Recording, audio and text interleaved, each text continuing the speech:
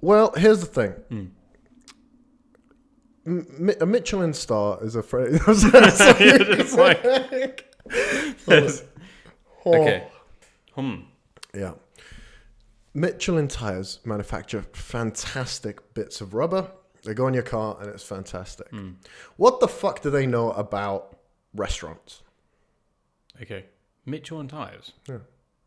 Oh, Michelin tires, the Michelin star. I thought it said Michelin tires. Michelin. Yeah, sorry. No, Michelin. Michelin. Michelin tire. What do they know about tires? No. They know everything about tires. What do they know about restaurants? What do they know about food? I don't know, but you know the story about the Michelin Guide, right? Yeah. So I'm sorry, I was trying to be funny, but then I googled it and I was like, that might be one of the most genius business moves. It is ever. But what do they know about restaurants? Nothing. Doesn't matter though. But yet everyone holds them in such high regard. Yeah. So what I think is for people who don't know, they created a guide. So because their tires are so good, they needed people to use them more before they bought another one. So they created a guide, making people travel further distances to try out new foods and stuff. Innovators, genius. Are they the best tires? Michelin. Anyone who isn't Pirelli. Oh, Pirelli can go eat a bag of. Really? I can't stand them. I thought they were meant to be top tier. No, man. They took over Formula One. Yeah. And it's no easy feat to create tires for Formula One. Yeah. But ever since then, Bridgestone were able to manufacture tires that just last and last and last. No safety concern. None of them blow up. Pirelli, for some reason, the tires, the team said, we want to make the sport more engaging. Since there's no more refueling, how about you make the tires burn out after like 20 laps? So we have to do more pit stops and there's more of a strategy element. Great idea. They didn't ask for them to make the tires just blow up randomly, but they do. I think there was one race where there was like 3 tire failures, and it's still happening. They've been doing this for years. So they're actually creating worse tires. Intentionally so. Not worse. To make it more exciting. Grippy and faster tires. The grippier and faster, the softer the compound of the tire. Right. If the tire compound is soft, it burns out really quick, but you get those fast lap times. Because it's soft, it's malleable, it digs into the ground. Interesting. But then you have harder compound tires, which you can drive on for longer. So there's a combination of strategy of, hot laps or, a pit stop takes 20 to 30 seconds, with the pit lane and everything. So what do? Do you go super aggressive, soft tires, but you have to pit 2 or 3 times?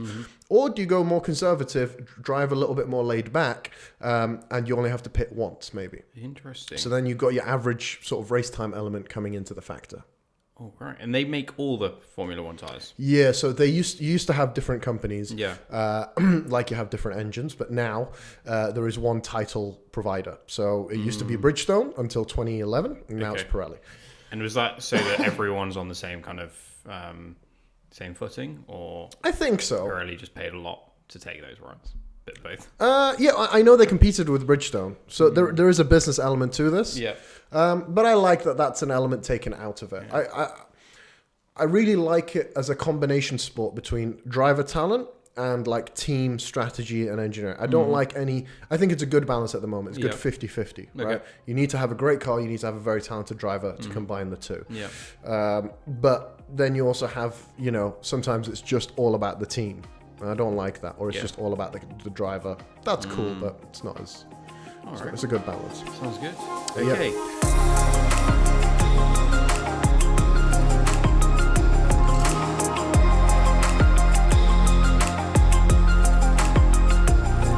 What are we doing today? Today, you need to do an intro because I cut together all the intros and I realized it's all me. Yeah, but you're so good at them. Season 2, I want you to do the intro. And Season 2. Season 2, episode 2? Episode 2 or episode 3? No, it is episode 54, I think. So this is the second episode of the season.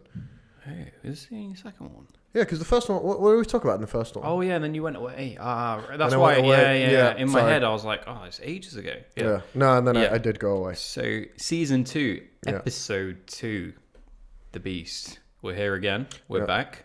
The feel-good series. We've had a week's break. Not that anyone will probably realise that. No. But yeah, it was a good week. Yeah. You had a good time? I had a great time. Yeah. Had a lovely time. I was up in Cork. Hilly place. Spent some wonderful time looking at wonderful views, hanging out with wonderful people. Yeah. Thoroughly enjoyed my time there. Fantastic. Averaged about 15,000 steps a day out there, mate. Amazing. Yeah. Amazing. One day I did 21 and a half. 1,000 steps. Is that because you actively went on walks, or people just walk a lot more over there? I don't think people over there walk; they drive everywhere. But the place I was staying at ended up being quite far out of town. I didn't mind. The host was lovely. The place was lovely, so I didn't really care. Yeah. But yeah, I ended up walking home one day. It was like an hour and 5-minute walk. When you're like away, it's just I don't know. I took that as an opportunity to go out and clear my mind. So it felt really nice to be out there. It's cold, but it was kind of damp too. Okay. And that for some reason really helped my asthma. Yeah. I felt great out there. But yeah, it just encouraged me to walk. And like here, I've got my car. So anything that's even 5 minutes away, I'll drive to. But out there, I was like, even if it's 20 minutes, half an hour away, I'll venture off and walk there. Quick question. Go ahead. I'm trying to get more steps into my life. Yeah. Right? What's a sneaky way to get more steps into my life? A sneaky way. Do you know what I mean? Like, yeah, a way. So someone would, if I said I need to get more steps in, someone would go for a walk, go for an hour walk. Yeah. So, okay, yeah, I'll probably go for 1 hour walk in a week, and then that'll be my week done. But I don't think that's very effective. It's not impactful. It's not going to change my life. Yeah. But maybe 15 minutes worth of walking a day, 20 minutes will really impact me. How do I add that into? Are there any journeys in your life that you could replace with walking? Like to the shops? Like now I refuse to drive to Asda because it's about an 8-minute walk and a 5-minute drive. We all make excuses. No, you could, like, I know where you live, right? That wasn't a threat. I know. You don't walk. I know where you live, and as lovely as your area is, I don't imagine there's like where you go shopping, your regular shopping. Is that walking distance? No, I'd imagine it's quite far out. There is a shop, but it's not very good. Yeah. Oh, okay, yeah. No, but that's a very good idea for those that are listening and have shops near them. Maybe that's their way. Any sort of thing. Apart from that, right? If you're trying to sneak it in, not plan an actual walk, which I think is probably your best bet. Yeah. If you're trying to sneak it in, there's these treadmills that you can like put under your desk. Oh, really? Yeah, like if you've got a sit-stand desk, you can like walk as you type. Serious? Yeah, I'm not kidding. So I don't know if you do a fair bit of work at home, right? So yeah, but the thing is, we got no room for a treadmill. Yeah, like a desk treadmill. I'm thinking, what about here? Oh, here, yeah. To put into a standing desk, we have a standing desk. If I can design it so that. Yeah. I need to figure that out, but that would be quite cool because I need that sneaky 20 minutes, half an hour. Yeah, that's massively. What are you trying to walk more for? General steps, general cardio. Obviously we're doing our lifting training and so on, but I want a bit more cardio. Yeah. And people say, "Oh, walking's not cardio." It is. It's really, It's good for the body, good for the soul, good for the mind. So that's what I want to do. I want to get into that rabbit. And like anything, if you stop doing it for so long, you're only damaging yourself. You're limiting yourself. So yeah, definitely. Okay. But I guess the biggest thing that I wanted it for as well is what you told me a little while ago, that a walk massively helps clear your mind. Oh God, yeah. So it's like one of the best forms of meditation, almost. It's the best Control-Alt-Delete of the human body. Yeah. It's so wonderful. So it might be something like I plan a 20-minute walk at lunchtime, and I just go there and back at the same time every day. 1 p.m. everyone goes, "Where's Ash?" He's on his walk. I've done that whilst working here. Like if I've got a lot on my mind, I'll just do a quick trip around the block. Yeah. Sometimes I'll walk to like one stop and back. It makes a lot of sense. Yeah, dude, it's great. It's probably the most we think about productivity, but maybe that's the most productive time actually. You're clearing your mind, doing stuff. But yeah, how was your week without me? Did you miss me? It was fantastic. I was about to say it was fantastic, and then you just said, "Did you miss me?" I was like, "That's probably not the way to answer that." No, it was brilliant. It was a great week. Yeah. It's a different week because when you're away, it shakes up the kind of the day to day a little bit because I'm a bit more involved in things I'm not usually and so on. Yeah. It's quite nice. I get to see other angles to the business that the team would normally come to you for. So yeah, it was interesting. But yeah, you were thoroughly missed. And I was just gonna say, let's get to that point. Yeah, and no, it was good, but man, it was different. Yep. I'll accept that as an answer. I think that was quite gracious of you. So hold on, let me just do not disturb. Hi there. If you've listened to this point, then please make sure to leave a rating if you're listening on Apple or Spotify, and leave a like and subscribe if you're watching on YouTube. It really helps us out. Thank you. So, episode 2 of the Feel Good series. Yes. Basically, we're giving advice, solid advice that you should follow religiously Yep. Without any misinterpretation. Exactly, yeah. Everything is advice. To young folk out there who want to feel good, who want to live a fulfilled life. Yep. Because at the ripe old age of 27, we know so much. Oh, we know everything. We're so wise. There's so little that we could learn at this point. Why is it? Why is it that we're doing this? Do you know why I think it is? It's because we're going through it. So, we've gone through it so recently. You know, you often think, oh, a teacher with 80 years of experience is the best person to learn from. Actually, probably the person who's the best person to learn from is the person who learned it 2 weeks ago and has had a chance to try and implement it and practice it. Sure. Because it's freshest in their mind. They know how they learned it, and they know what they didn't learn from. That's an important bit. Yep. You know. Absolutely, and I think the other thing is we don't know it all. We know very little, to be honest, and that's why I'm hesitantly saying any of it's advice. Yeah. I was kidding. Yeah, I was absolutely kidding. But the great thing about that is, hopefully, episode 2, by episode 52 of this series, listeners would have seen the changes that we would have made in our lives anyway, from what we were discussing today, amateurs, to where hopefully we are just by what we're going through in our wider life and business and everything. So and maybe people could comment. Please do lessons they've learned. Exactly. Great bits of advice they've heard, and it's and all how about that growth, right? There we go. Yeah. So, what we're going to discuss today? Today we're talking about the theme of hard work, and I went to answer the public. Yep. Which I don't know if you know is owned by Neil Patel. Yep. Did you? No, I did. Oh, okay. You're so confident. Maybe next week we talk about confidence because you just oozed that. Answer the Internet. It's a great website where you can just plug in, thoughts, and it will return questions that people are asking on the internet and stuff like that. So I wanted to talk to you about hard work. Okay, and I just checked some highly searched questions online. That were really kind of thought provoking. Okay. And ultimately, the first question, let's just dive in. I'll ask you it. I'll rebuttal some thoughts. How is hard work the key to success? Ooh, straight in there. Yeah, man. It's because there's some curveballs later on down the line, but this sets the theme. But how do you feel like it is? How do you see the correlation between hard work and success?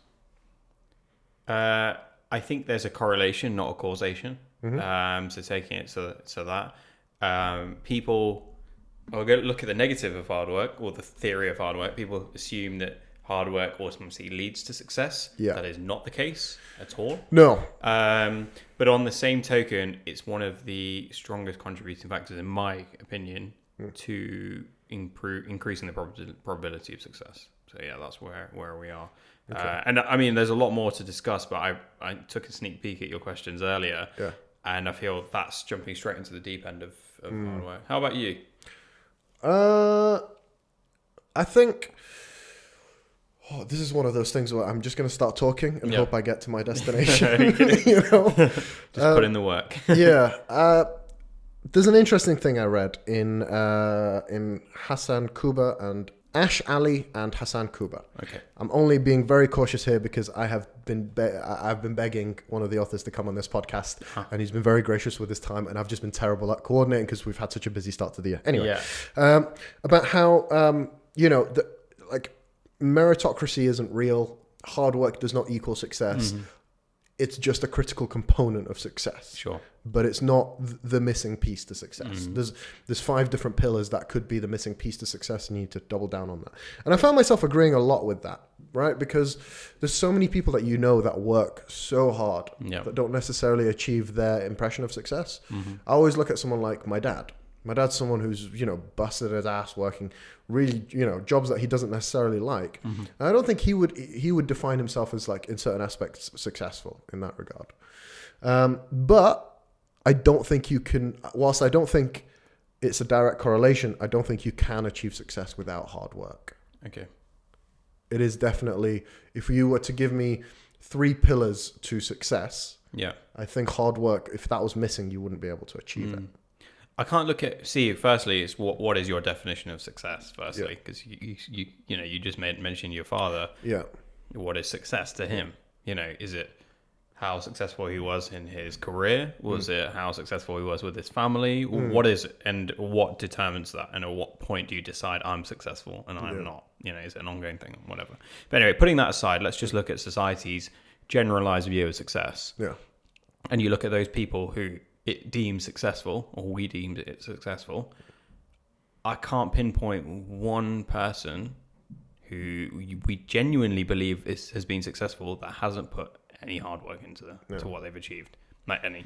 You can even talk about celebrities, right? You can even talk about the likes of a Kardashian. Oh, yeah. So obviously some people there is very successful, highly successful, but people don't realize there has been serious work that's gone behind, because there are those that have been successful even within that family and those that haven't. And a huge contributing factor is work and effort. So yeah, definitely. That's the thing. When you look at a Kardashian, that's a perfect example. I don't think you can look at a Kardashian and go, they're successful because of hard work. Because I don't think that's the case, right? They took advantage of certain opportunities that presented themselves to them. Yeah. But that whole taking advantage of an opportunity is a lot of hard work. Yeah. That's what I think. So I think you just picked the perfect example of, were they successful because of hard work? No. But take hard work out of the equation, will they still be successful? No. Probably not, right? Absolutely. That was a really good example. Yeah. Okay, let's move straight into the more meatier ones. Somebody asked the internet, why doesn't hard work lead to success? And I'm going to change this a little bit. And I think you're right, success is too broad. What if we talk about career and financial and just, personal career focused drive? Let's look at that. Yeah. And that element of hard work too. So why doesn't hard work lead to success, or why doesn't it always lead to success? Right. Okay, so firstly, I always like to look to an example, right? I think I brought this up before of like when I was in my GCSEs or year 9 SATs or whatever else. It was around that time I was growing up. And I would sit in my room after my parents told me I needed to study. Yeah. I was very much just couldn't be bothered. Any kid just like, why do I need to do this? Don't know what you're talking about. Yeah. You were straight to the books. Yeah, I believe that. And I'd go upstairs and I'd think I was reading. So I'd be there for hours just because that was what I was meant to do, right? It's coming up to crunch time for my year 10 mocks or whatever. I'd just be there with my books, just sitting there, thinking I was consuming knowledge and just trying to take it all in. And in some people's eyes, in my eyes at the time, I thought I was working incredibly hard. I thought there was no one working harder than me in the world. But yet, those exams, those mocks didn't go as well as I wanted to. And I couldn't understand. I was like, I put so much time into this. I put so much time. And I use time as the comparison for hard work, or the kind of the reflection of hard work. I put in time, therefore I put in hard work, which would lead to success. And that was quite an early lesson for me of that's not the case. It doesn't. There is correlation. There's no direct causation. It's not you automatically do it. And that's kind of where I see it. So sorry, you were no. So you're measuring the wrong thing, maybe, is why you think hard work doesn't always lead to success. No, sort of. I'm trying to bake a cake, but I'm beating some eggs and just hoping it's going to make the cake. And it's like, no, there's a specific composition of ingredients that lead to it. It still needs to beat the eggs. You need to put the effort in, but there's a whole lot more thought that goes into it than just that. And that's why the smarter working comes into putting those ingredients together to bake that cake. And I missed that completely. And I've missed it after that as well, because you fall into that trap where you're like, I'm just going to head down and get there and I'll lead to that success. I have to agree. I think you came up with something quite brilliant there of, I know that wasn't the entirety of your point, but measuring the wrong metric of time. Because I could say the same in a lot of cases where I was like, I've spent so much time on this. And maybe that's what people are doing. They're confusing the effort exerted with the amount of time they exerted effort. Right. That's what you just got me thinking now. Because I always think back to this quote that I think you told me about of don't confuse movement with progress. So the ultimate question to answer whoever asked this question, why doesn't hard work always lead to success, is are you working on the right thing? And are you working at the scale of the problems that you need to be tackling? Sure. We've talked about this a lot now about like delegating and how that's unlocked our capacity to slowly build up to the harder problems that this business is facing. Yeah. And I'm talking about problems generically, but like challenges, things like why aren't we growing at the rate we want to be? Yeah. And well, now we have a bigger team than ever, other people working, client signed on this week, client signed on earlier in the year, like things just move a bit quicker because we're tackling the bigger problems. We're not dealing with the other issues. Which takes you to the point of when I say hard work, what immediately comes to mind? Someone sweating and just absolutely grinding, grinding away, and that again goes to the point that why is that harder than smarter working? People, like you were just saying, delegating and stuff. At the end of the day, that's a complex problem. You're still answering complex problems. You're using a lot of energy in your mind.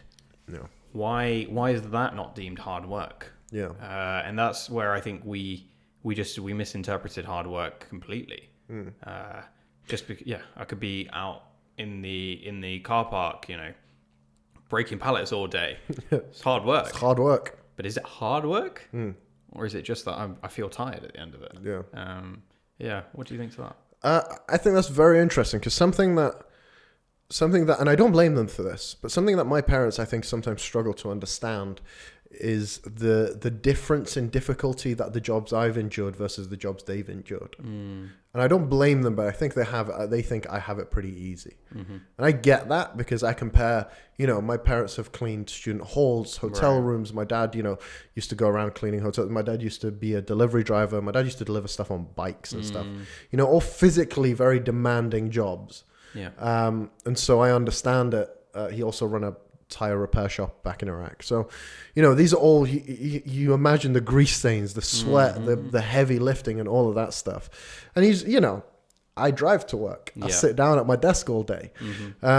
So it's weird. I'll come home and I'll speak to him on the phone. I'm like, I'm so drained. There was a lot I had to do. I don't think he gets that. And I don't blame him. I just don't think he sees the full picture in that regard. I think physically it's way easier. But the decisions that we're making on a daily basis, having to face those consequences do drain you, That's really interesting. And one of the comparisons I make is, I know, you could be out all day, climbing the mountains of York. Cork. Either. They both have lovely mountains. Right? Or hills of Cork, right? And you could come back and feel mentally okay, right? Like not drained. Or you could be sat at your desk all day and feel drained. And that's where it shows that it's not always physical exertion that leads you to that point. And there's something, mentally that is probably more impactful to that. And that's what we fail to see when we talk about hard work and so on. So that's really, interesting that you say that. So hard work as a whole, what could, we're obviously talking to a certain audience about what we believe in here and what we think. What should people be doing differently? I don't think that's not something I think we can give advice on. Ooh, no. Please still be recording audio. Yeah. I don't think that's something we can advise on. I think the best thing we could probably do if we're giving advice is to trial everything. Get really good at measuring. I'm really glad you brought up the point of time, but get really good at measuring what the hard work is. So if you feel like let's say for 3 months, you've been giving it your absolute all at work and you're getting nowhere. Then maybe something needs to be evaluated. You need to give it enough time to figure out. But I can't say, oh, well, do less of this or do more of that, because everybody's different. So I'm just wondering, what if it's just about trying as many things as possible? Have you tried hard work in different ways? Right. You mean trying different ways of tackling the same kind of challenge? Yeah, I'll give you a brief example. Yeah. I used to come to you, we used to have this battle about sleep. I used to say, you don't need much sleep. 4 to 5 hours, you'd be absolutely fine. That's what I do and I'm okay. What I used to think was make as much time as possible for you in the day. Unlock those hours by sleeping less, and then you can work more. And it's great because you can work for longer hours, but you only work at 60, 70%. Whereas if you get a full night's rest, you work at 100% of time for a shorter period of time. You feel better, you feel happier, whatever. So there's those two ways of working, or some people that force themselves out of bed early in the morning to get an extra 2 hours. Yeah. Instead of like when they're naturally more creative and alert than working later at night. You know, there's all these types of ways of experimenting. Yeah. Is there anything that you've tried? I mean, you've changed your routine recently. Yeah, I've changed my routine recently because I realized basically just trying to get to bed a bit earlier. It's nothing that out there. I think pretty much everyone listening to this, or everyone. What time do you get to bed? About 10:30. Okay, it's good. Yeah. It's good time. I mean, 10:30 in bed, 11 by the time you close your eyes, but away from any device or anything. I've stopped going, or limited the amount of time on my phone, because everything's like slow. You know, people are like, I cut off my phone after this.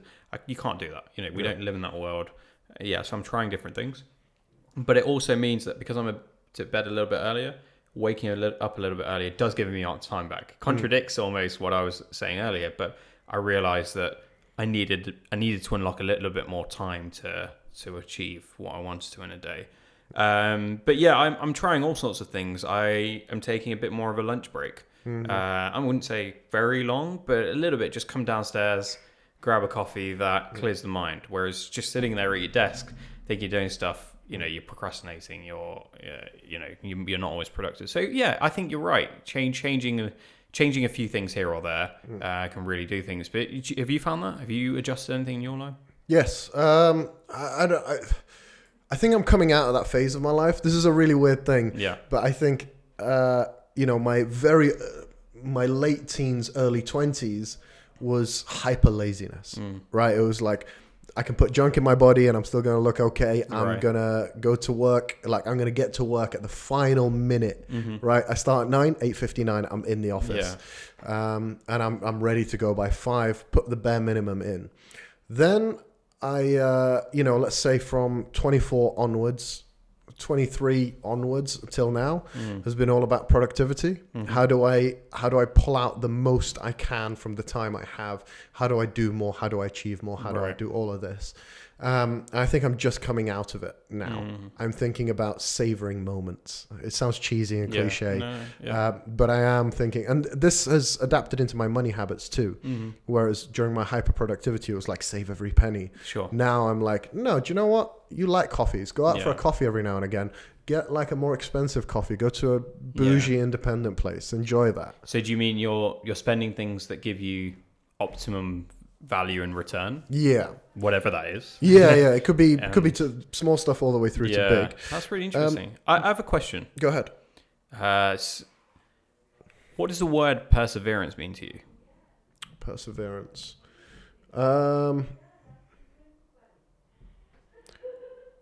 Continuing despite signs that might seem like you should stop. Okay. Now, looking at what we just discussed of changing things up or adapting to something. Yeah. Society or successful Instagram people tell you that perseverance is the key to success. Yeah. Some people might interpret that as, just because I've been going for 3 months, I'm not going to change what I'm doing because I might just be close to mining that diamond or whatever it is. Yeah. I might be just there. Do you think that's perseverance? Yeah. More determination than perseverance. Perseverance has a negative connotation, doesn't it? Does it? I think so. I think perseverance is... No, not perseverance. Yeah, it's like sticking it out even though like, ugh, Yeah. Like, perseverance seems to be like running away from something. Refusing to run away from something. Whereas what you just described, despite me saying it was perseverance, it seems like you're still gunning towards something. Yeah. You're still pushing through. Pursuit. Yeah. Yeah. See, in my eyes, yeah, it's interesting. You see it in you see the negative aspect to it because there is, I can see that. But in my eyes, it's more. I think perseverance is one of the. In today's world, it's one of the rarest characteristics of someone. The ability to. I don't think it's about sticking to what you're doing and being fixed in your fixed mindset and saying, I started this business. I'm only going to be working on this business forever and ever. That's not perseverance. Stubbornness, I suppose. That's, and it could be, some may say closed-mindedness to being able to adapt to how the world's changing, because things are changing quick. You've got to adapt quick. You try and work on the same. If we were working on the same business idea you and I were thinking about even 3 years ago, we would be nowhere. We've had to fine tune it, and we're continuing to fine tune it every single day. Yeah. And we're completely off from where we were, and that's the point. And to me, perseverance can be the idea that you have your vision, and you're persevering that vision. But as I think it was Jeff Bezos or something said, all the steps in between are flexible. So you don't care how you're going to get there, but you have this vision, you're going to go. And I just feel that we have, and this is where you sound almighty and powerful, but I think definitely in our generation, we lack perseverance. Yeah, we do. Yeah. Can I change my answer? Okay. I just Googled synonyms of perseverance. Okay, cool. Yeah. And we're not talking about actual definitions. We're talking feelings towards words, right? And I think I feel that word towards maybe persistence rather than perseverance. Sure. Perseverance has like a hero element to it. I persevered. Yeah. Whereas I persisted. It's a little bit creepy. Sure. So yeah, I'd like to, and I think your sort of speech there kind of got me motivated. It was like, you're persisting through the hard times. Sure. Yeah. Yeah. That's really it. I think. Let's take something like, I don't know, me wanting to wake up a bit earlier in the morning. So I've understood it myself that I can't just make a change immediately and it would come into action. I wouldn't persevere with that. It's just not who I am. It doesn't really function with it. And I think the majority of people probably would agree or would be on the same side of me. We're not superhumans. We can't immediately say, you know what, I'm never going to wake up beyond 6:30. That's just not me. It just doesn't happen. There are some crazy people that are really good at that, but that's not me. So my idea is, if I want to achieve perseverance, I need to figure out what's going to get me there. What's going to get me to the vision of being more productive, being more disciplined with my time management and so on. And I'm looking at making small changes. So I don't know, we joke, we go to the same gym. I'm often later than you are to the gym. I'm looking at little changes that I can make to get me to my vision of where I want to be. I'm not saying I'm going to be amazing tomorrow. I'm far from that, but it's little changes because I've identified that I need to improve on little things. And that's why I look at perseverance as, okay, I know what I want. Yeah, I'm just going to stick with it, and I'm not going to just be on time for a week or two and then go back to where I was. Yeah. So have you found smaller changes more effective than big changes? Huge. Yeah. Really. I think it was probably one of my biggest light bulb moments for 2023 already. February, mid-February, and I'm noticing that I'm just making little intricate changes. I think there's going to be a theme throughout this podcast of like anything we're talking about. It's better not to just like, from tomorrow, my whole life changes. Right. It's instead like, tomorrow, let me try this. Slight, sort of different, slight tweak. Yeah. I think that's going to be a recurring theme. I think you do. You follow that, right? And maybe I learnt it from you, but you make little changes to what you do, habits. So, yeah, that is a concept from a book called Atomic Habits. I've talked about it before, but it's about 1% improvements. Yeah. By the end of the year, you're 37 times better off. That's incredible. Yeah. But it's also, from frustration of trying big changes. How many times have you told yourself, Sunday night, you hype up this vision of a reality you want to live? Yeah. Like, from tomorrow, new week, new me, I'm going to do it. I'm going to change everything about myself. Sure. And then it lasts 2 days, 3 days. I've done that to myself countless times. But then you look back and you're like, there's some qualities about me that I like. Right. And somehow I've just transitioned into them relatively effortlessly. Okay. I've just shifted into them. But actually what's happened is there's been a few steps that have led me to that. Maybe I didn't notice. Yeah. But that's stuff you can actively do. We did it with our team. We have Monday huddles every single Monday, 10 o'clock without fail. And for a very long period, every week I'd ask the team, what's your 1% improvement for this week? Yeah. And I was pretty harsh on the fact that it had to be a small one. It couldn't be big. Yeah. So somebody said, I'll write up an SOP for that, or I'll try and change this, or I'll keep my eye on that. Yeah. I think some good stuff has come out of it. Yeah, I think so. Maybe that's where I actually got the thing to do it for my personal life from what we were doing in those Monday huddles, of trying to find that 1% change and so on. And, you know, it wouldn't always work out, but sometimes we'd get to the next week in those 1% changes and I'd be able to see it. Yeah. Sometimes it turned into a 2% change just by accident. And it was quite nice to see just from a little intricate change. And there's something you described so eloquently with the compound interest of good decisions. That's a statement that lives up here, rent free. Interesting. Okay, I want to talk about something. Because this whole idea came about from hard work, right? Yeah. The Feel Good series, about us encouraging people to put in the work, just no matter what. And I'm glad you brought up persistence, because you say it's a very rare attribute. I couldn't agree more. It's a very desirable attribute. So I want to get your thoughts on quiet quitting. I have some thoughts on this that I'd love to share, but just off the bat, what do you think it's good or bad? I know what you think, but for the record. Well, I've adapted my thoughts to it, and I see and that's more me trying to understand the thoughts behind it, right? Yeah. And I'll come to that in a moment. But yeah, overall bad. Okay. Cool. Overall, a very negative thing to be happening. Yeah. It's very disappointing to see it's happening. Yeah. But I'm trying to understand where it's come from. What have you learned doing that? Like exploring it from somebody else's perspective?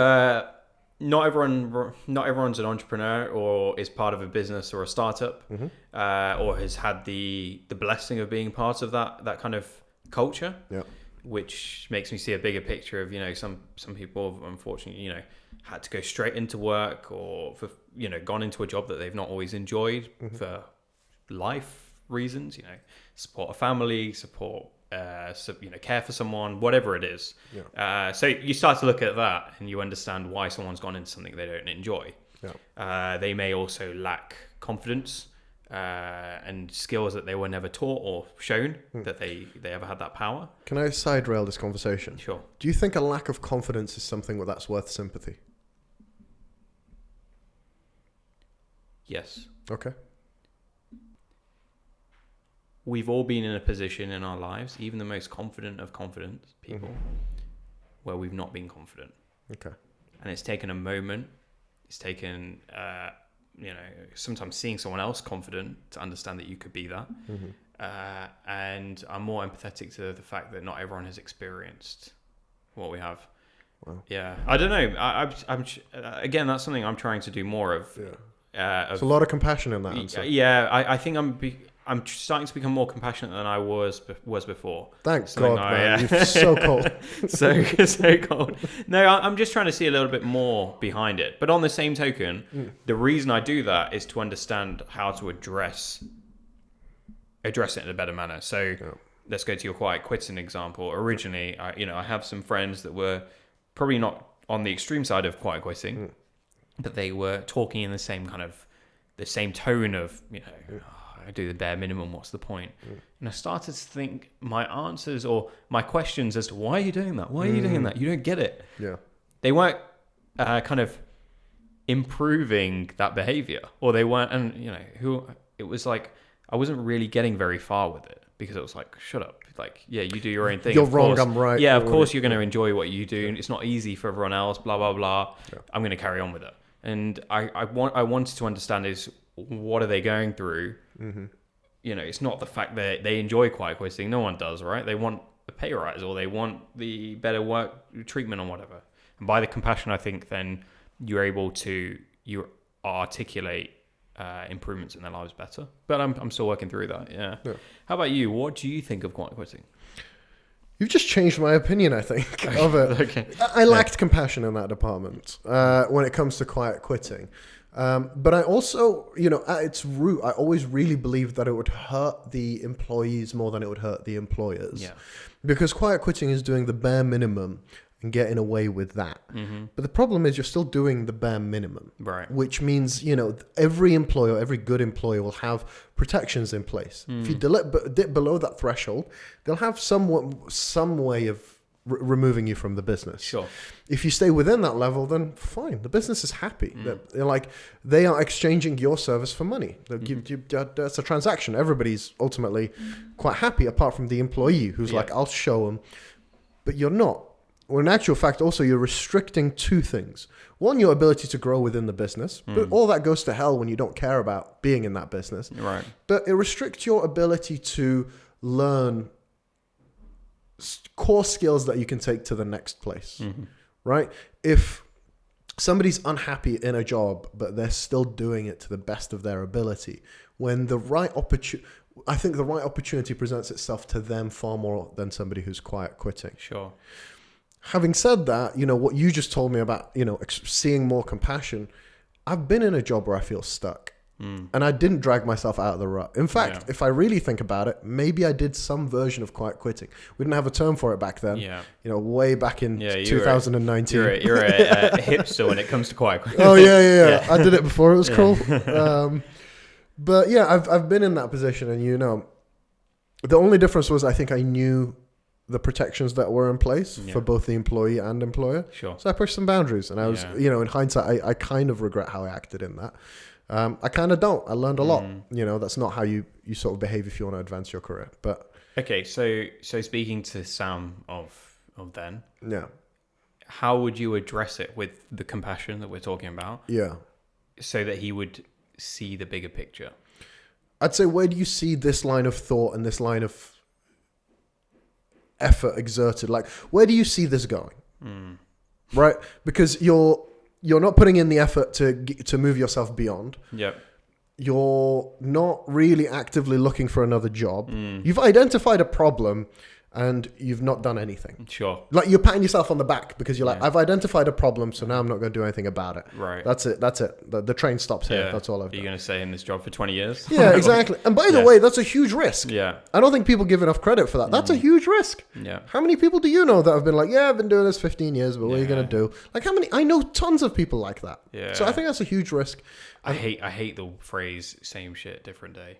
Oh my God! Right? Yeah, I've heard it from like people that don't swear, don't do anything, but they're like, "What are you doing? You're in your 40s, 50s, and you're saying that." So much life. That's probably where the compassion goes out the window. Yeah. I'm like, come on. So I'd say, like, where do you see this going? Yeah. And I think because then you start having the fear of the abundance of choice. Yeah. Because whether people like to hear this or not, anybody can probably do anything. I don't think at the age of like 30 with no qualification, I don't think you can go and be a doctor. Sure. There's some barriers closed there. There's a glass ceiling. How dare they? Yeah.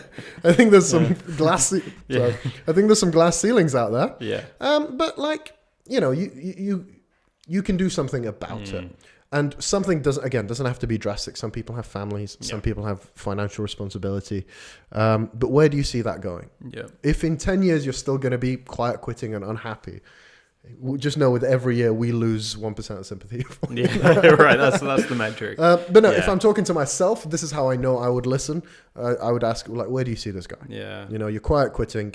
You're unhappy. You're just causing trouble at work. Realistically, you're just being a bit of a dick. Like, ultimately, where do you see this quiet going? quitting seems to me like so going back to my economic side, it's hey, if you've made it this far, thanks for listening so far. I hope you are enjoying the episode. And don't forget to like, subscribe, whatever you can do if you remember at this point. And if you're listening on Apple Music, give us a rating as well. It'll mean the world to us. Thanks. It seems to be a consequence of the bullish environment we've been in for the last 10 years. So it's come from the fact interest rates have been really low.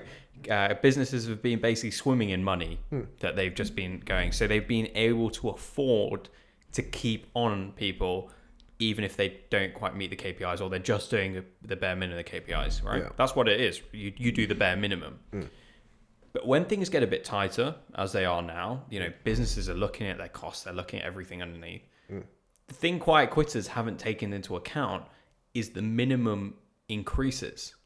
What was expected before has now changed today. And you're seeing that in the I'm talking to people all over. One of my friends at Vodafone, and I didn't know Vodafone were making layoffs. I assumed it was just something for the big tech, the Metas, the Microsofts, the Googles. Gaffer. Yeah. Gaffer? Google, Apple, Facebook. Oh yeah, Amazon? I thought it was something else. A gaff? Fang. Yeah. What's N? Facebook. Oh, but I guess it's changed. But it was Facebook, Netflix was in there, but I think Netflix is gone. Yeah, but back in the day it was big, right? But yeah, whatever, Gaffer. Big tech. Gaffer. So yeah, I thought it was for them, but it turns out it's going across the board. Vodafone, for example, made massive layoffs in management. So we're not talking like low-level jobs. We're talking managers, directors, because they were doing the bare minimum in there. And, that's nothing to be scared of, because the fact is they were making layoffs in places that, it's not that someone was probably putting the bare minimum in, but in that department, they were probably sometimes the slower end of what was, the kind of the metrics. And I think that's an example of the KPIs changing, the bare minimum changing, and quiet quitters need to be wary of that and wake up sooner if they can to the fact. Yeah. Yeah. I mean, I don't know the intricacies of this. It sounds nice as a quote and as a statement. Yeah. So I don't know if this makes sense. But how many people did Elon Musk lay off at Twitter? It's about 50% of the workforce. Right. It's a very high number. Probably 80, I think, by the end of it. Yeah. And there was a lot of outrage, quite understandably so. But the business hasn't crumpled down to a dime. Yeah. It hasn't fallen. If anything, is it doing better? I'm not big on Twitter. Yeah, no, it's got some work to go, but it's not died. No, it's stable at least. Yeah, it's profitable now. It's profitable. Or on track for profitability. But I don't know if I could ever see a bigger wake up call than that, because one person can't make that sort of influence. If one person gets sacked and the business doesn't change, it's not because that person wasn't doing anything. Right. That could be anything. Yeah. But when you lay off 50% or whatever the high number is, a very high number, when you get rid of that many people and the business doesn't at least show signs of like being crippled, sure, or like just really damaged and unable to function without them, all those people, not just like, maybe we weren't the hot shit we thought we were. Yeah, right. Yeah. I'd feel really bad if I was in that large group of people. Yeah, it wasn't just one person. Yeah, you're right. It was an enormous part of the team. Yeah. Even up to 20, you can find any other reason, right? Those 20 people were working on this thing and whatever. You could. If the business survives without them, it's not necessarily an issue. But when it's 50% of a workforce. Somebody's got to ask these questions. Yeah, absolutely. And this is it. And I think the days of quiet quitting will be behind us for a period. Yeah. Because you either work and work to your best of your ability, or you've got to look elsewhere. And with the compassion we were talking about earlier, but it's about time. Yeah. Oh yeah. I mean, let's bring compassion back into it. Right? If you ask anyone, and if you look into the reasons why some people might quiet quit, I think a lot of them are like, I'd argue a big percentage of them are genuine and legitimate and good reasons why you would quiet quit. Yeah. You've got that on your side. The reasons why I'm doing this, they're all legitimate. They're all good. Yeah. But the problem is when you're doing this isn't the solution. Yeah. All of this is legit. All of this is right. You're in the right headspace. Yeah. And then the action you took against it is not going to get you out of it. That's what I think my biggest problem with that is. And maybe for them to realize that that's not the action is for it to not be allowed in the first place. Yeah. The fact it wasn't even an option to be able to quite quick is just crazy. How can you do the bare minimum? How can a company keep you going with the bare minimum? Things need to change. And maybe that's where they start to measure KPIs a lot more quicker. They look at attendance. They look at, right, you're working from home. Are you actually actively working? They're going to have to look into these things. And it's going to be an interesting one, but I think quiet quitting hits its peak in 2022. Yeah. And we're not going back there for a little while. Yeah. I do find there's an really funny correlation when it comes to like remote working of the same people going, I'm so much more productive working from home. Yeah. And then like posting memes where someone's like curled up in bed with a laptop sideways and like a cuppa and just like literally me, like it's the same person posting this. Don't say it's you. And it's on LinkedIn as well. Yeah, exactly. Yeah. But no, overall, I mean, taking it full circle, hard work. Yeah. I think it's absolutely crucial and vital. And I think everyone goes through a period in the moment in their life where they realize the importance of it. Yeah. We don't always realize it immediately. It took me a little while, quite a while. Maybe I'm not even there yet. But it's vital to that. How do you persevere through hard times? Like, how do you continue to put in the work when you don't feel like it? And I'm genuinely asking here because this is something that I'm always looking to learn more about.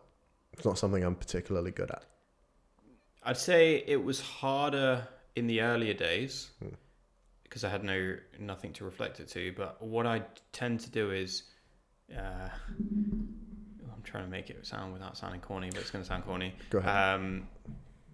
I try and clench from past experiences where persevering through those harder times paid off, and it paid off every single time. There isn't a time where I persevered on something and it didn't benefit me in some way, maybe not directly, indirectly. And because of that, I have the belief that, okay, if something's not going our way, have a bad day, 3 things go wrong. Yeah. It's like, come at me. Yeah. Yeah. Bear with me. It's kind of drawing from past memories, drawing from realizations that every time I've persevered in the past on something, business, personal, whatever it is, it's paid off every single time. There isn't a time it hasn't paid off, and in some way or another, whether that's from lessons or result. And I use that every single time. And if we have a bad day, good day, whatever it is, do exactly the same. And it helps me get through things. Yeah. Have you found anything?